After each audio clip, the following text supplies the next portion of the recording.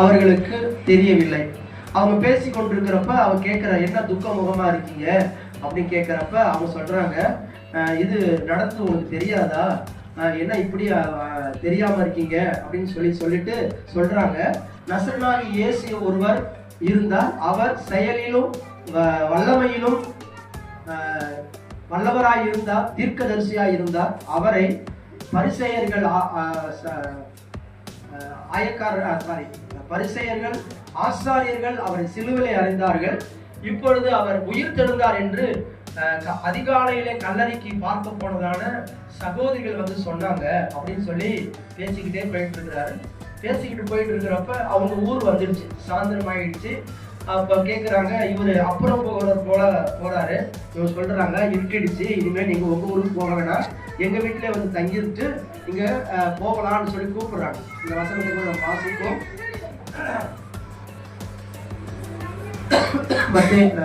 லூக்கா 24ஆம் அதிகாரம் 30ஆம் வசனத்திலிருந்து 31ஆம் வசனம். லூக்கா 24 30 31.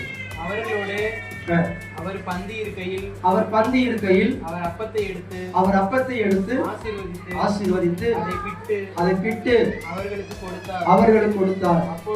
அப்பொழுது அவர்களுடைய கண்கள் திறக்கப்பட்டது, அவர் அறிந்தார்கள். உடனே அவர் அவர்களுக்கு மறைந்து போனார். இங்க அந்த சீசருடைய கண்கள் நீங்க 16ஆம் வசனத்துல வாசிக்கும் பொழுது, ஆனாலும் அவரை அறியாதபடிக்கு அவருடைய கண்கள் மறைக்கப்பட்டிருந்தது. இயேசு அவரோடு கூட தான் நடந்து போயிட்டு இருக்கிறார், ஆனால் அவருடைய கண்கள் மறைக்கப்பட்டிருந்தது. ஆனால் இயேசு அப்பத்தை பிட்டு அவர்களுக்கு கொடுக்கும் பொழுது அவருடைய கண்கள் திறக்கப்பட்டது. அருமையானவர்களே, இயேசு இந்த உலகத்திற்கு ஆசீர்வாதம். எப்படி என்று சொன்னால், முதல் மனிதனாகிய ஆதாம் ஏவாள் கடவுள் சாப்பிட வேண்டாம்னு சொன்ன அந்த கனியை புசித்ததுனால அவங்க கண்ணு திறக்கப்பட்டது. அது நம்ம ஆதியாகமத்தின் புத்தகம் 3ஆம் அதிகாரம் 5லிருந்து 7 வசனம் வாசிக்கப்படும் பொழுது, அவர்கள் கண்கள் திறக்கப்பட்டு எதை பார்த்தார்கள்? அவங்க ஆடை இல்லாமல் இருக்கிறதை பார்த்தார்கள். ஏனென்று சொன்னால், தேவன் விலக்கிய கனியை சாப்பிட்டதுனால அவங்களுக்கு அவருடைய அவமானமும் நிந்தையும், அதாவது இப்படிப்பட்ட நிலைகள் அவர்களுக்கு உண்டானது. ஆனால் இயேசு இந்த இடத்துல அவருடைய கண்களை திறந்த பொழுது உயிர்த்தெழுந்த இயேசுவை அவர்கள் பார்த்தார்கள். அல்லேலூயா. இப்பொழுது இவர்கள் பேசிக்கொண்டு வருகிறதை கர்த்தர் கவனித்து பார்த்தார்.